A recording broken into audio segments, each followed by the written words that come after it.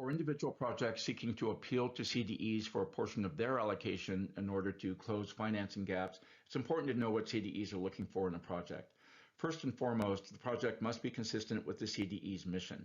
Every CDE has a unique mission that in some cases is focused on healthcare or education or manufacturing or renewable energy or a combination of all of those.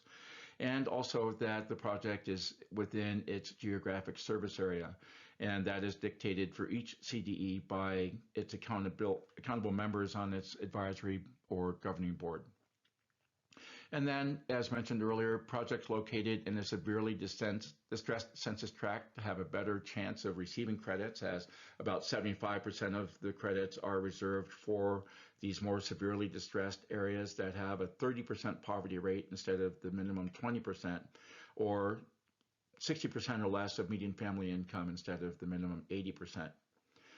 Then it's also very important to have your other debt and other sources of capital in place. This program is really meant to come in last and close that last 20 to 25% of the project costs that cannot be closed by conventional sources.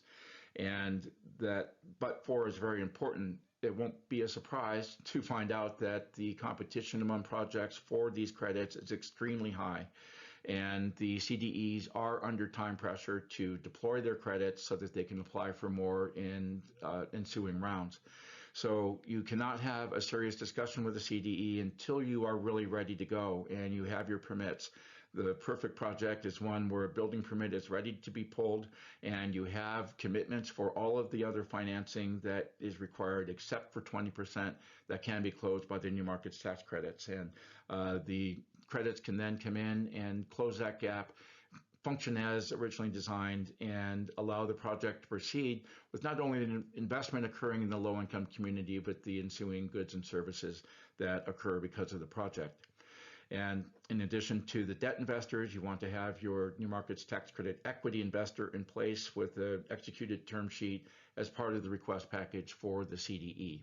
As mentioned, it should be building permit ready, and most important of all, have very substantial community impacts, either in the number of disadvantaged people served, for example, in a community health center or in an inner city charter school, or jobs created, or blight removed. There's a wide variety of impacts, both in, or I should say all three, environmental, social, and economic, that need to be identified and highlighted for the CDEs.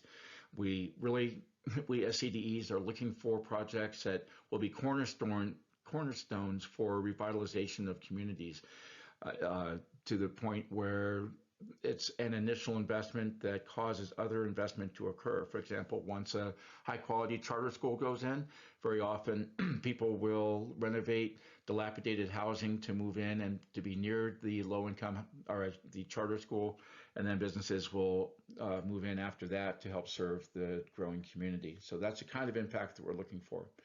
And also, very importantly, projects that cannot move forward without the new market subsidy. This program is not just meant to reduce the amount of debt that a developer needs to borrow or the amount of equity a developer or project sponsor needs to put in, but it really is meant to help projects move forward that cannot otherwise proceed without the subsidy.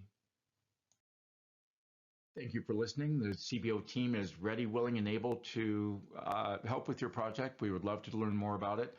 You can shoot an email to the address below or visit our website and fill out the intake form on our website.